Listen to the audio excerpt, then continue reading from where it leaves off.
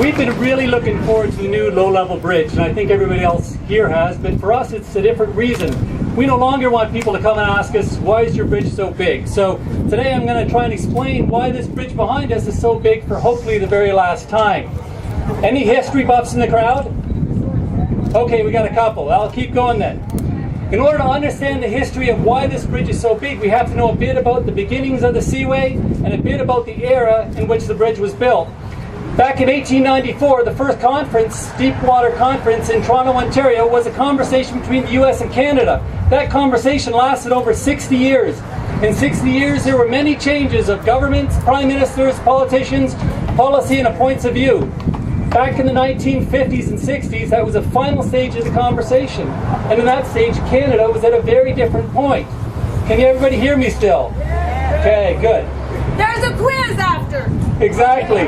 Canada was at a different age. We were just finishing the Trans-Canada Highway.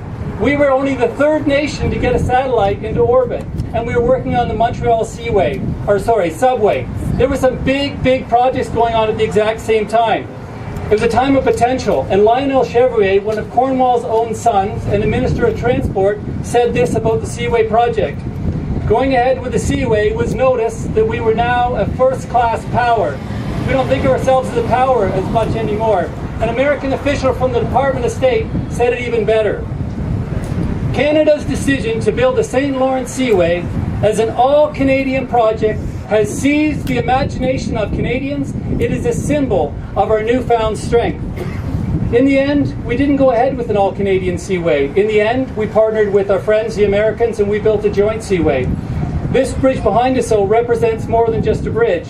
It represents the potential of an all-Canadian Seaway, and it represents the emotion of the Canadian people at a time when we were just coming to realize our potential. If you want to know more about the history, go to our website. We've got some links to papers from Dr. Daniel McFarland from Carleton University. So that's a history bit. A quick little bit about the bridge. In its 52-year history, there's been over 84 million vehicles go by. That means for us, that's about 6,000 people we see each and every day. And we get to know our people quite a bit as they travel back and forth. In mornings, we see those of you who go to work and school. At evenings and during the week, we see you heading to see family, seem to go camping, heading to church on Sunday. Sometimes we only see people in certain seasons, when it's camping season or when it's racing season or when it's fishing season, skiing season. Exactly. And with some people we only see once in a while when they come across and ask us, how do we get to Upper Canada Village or the casino, or how do we get to the raceway? But we're very fortunate in that we're one of only 11 international crossings between Ontario and the United States. And for us, that links the communities of Cornwall, Akwesasne, and Messina together and gives us the opportunity for our people and our businesses that other places simply don't share. So we're here to commemorate that relationship and the 52-year history of this bridge servicing the community. Now, before Madame Dubé opens the walk, I've got some instructions. This is an open house. Walk at your own pace. Take your time. It's 1 kilometer up to the top. You're going to find boards on the way with some of the history, with some of the pictures and facts we put together. We've got water halfway up, water at the top, and we've included washrooms for those who drink too much water.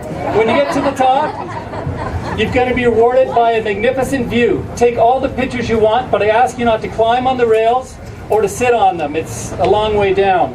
And remember, when you get back down, we're going to be giving everyone a more memorable postcard to keep track of the journey. Please be safe. Have a good trip. Madame Dubé?